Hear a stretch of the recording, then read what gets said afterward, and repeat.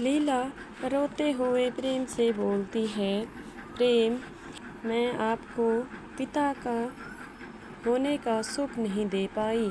क्या आपको भी लगता है इसमें मेरी ही गलती है?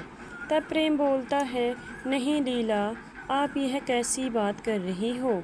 मैं ही पागल था जो आप पर गुस्सा हुआ था। तब लीला बोलती है, प्रेम, मुझे माफ़ कर दो। इतने में ऐश्वर्या बोलती है, मेरे पेट में जो बच्चा पल रहा है वह प्रेम का ही है। लीला फिर भी यकीन नहीं करती। जब वह एक दिन रिपोर्ट आई तो रिपोर्ट को लीला ने देखा। फिर लीला वहाँ से रोते हुए भाग गई।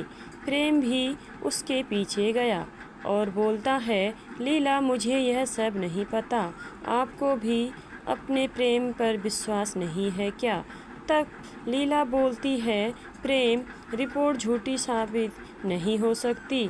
ना फिर लीला के घर वाले लीला के बोलते हैं कि तुझे ऐश्वर्या को अपनाना पड़ेगा। लेकिन प्रेम बोलता है, मैं यह सब नहीं कर सकता। मैं अपनी लीला से प्यार करता हूँ। मैं और किसी के बारे में सोच भी नहीं सकता। तब प्रेम की माँ बोलती है, ऐश्वर्या को इस हालत में हम बाहर भी नहीं भेज सकते। लेकिन चारू बोलती है, नहीं प्रेम, ऐश्वर्या को यहाँ से जाना ही पड़ेगा। यह गंदी आंटी है। तब प्रेम की माँ बोलती है, चारू, आप अपनी गुड़िया के साथ खेलो, बड़ों के आगे नहीं बोलते हैं। प्रेम ऊपर से आता है और बोलता है, चारू दीदी सही बोल रही है, ऐश्वर्या को यहाँ से जाना ही पड़ेगा। दादी इतने में मंदिर में जाती है और पगड़ी उठाकर मंदिर पर रख लेती है और प्रेम से बोलती है, अगर आपका वंश यहीं पर ख़त्म हो जाता है तो इस पगड़ी का क्या काम है? जैसे ही वह दिया उठाती है, प्रेम अपने हाथ आगे बढ़ाता है और दिया दादी के हाथ से ले लेता है। फिर प्रेम बोलता है, दादी, एक ही शर्त में ऐश्वर्या हमारे घर में रहेगी। अगर लीला हाँ बोलती है तभी यह रह पाएगी।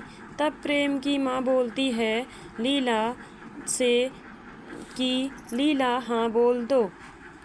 तब लीला बोलती है, एक औरत सब कुछ कर सकती है लेकिन अपने पति को यह सब कैसे बोल सकती है?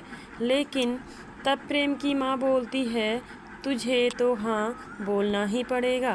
फिर प्रेम बोलता है, लीला, आप जो कहोगी मैं वही करूँगा।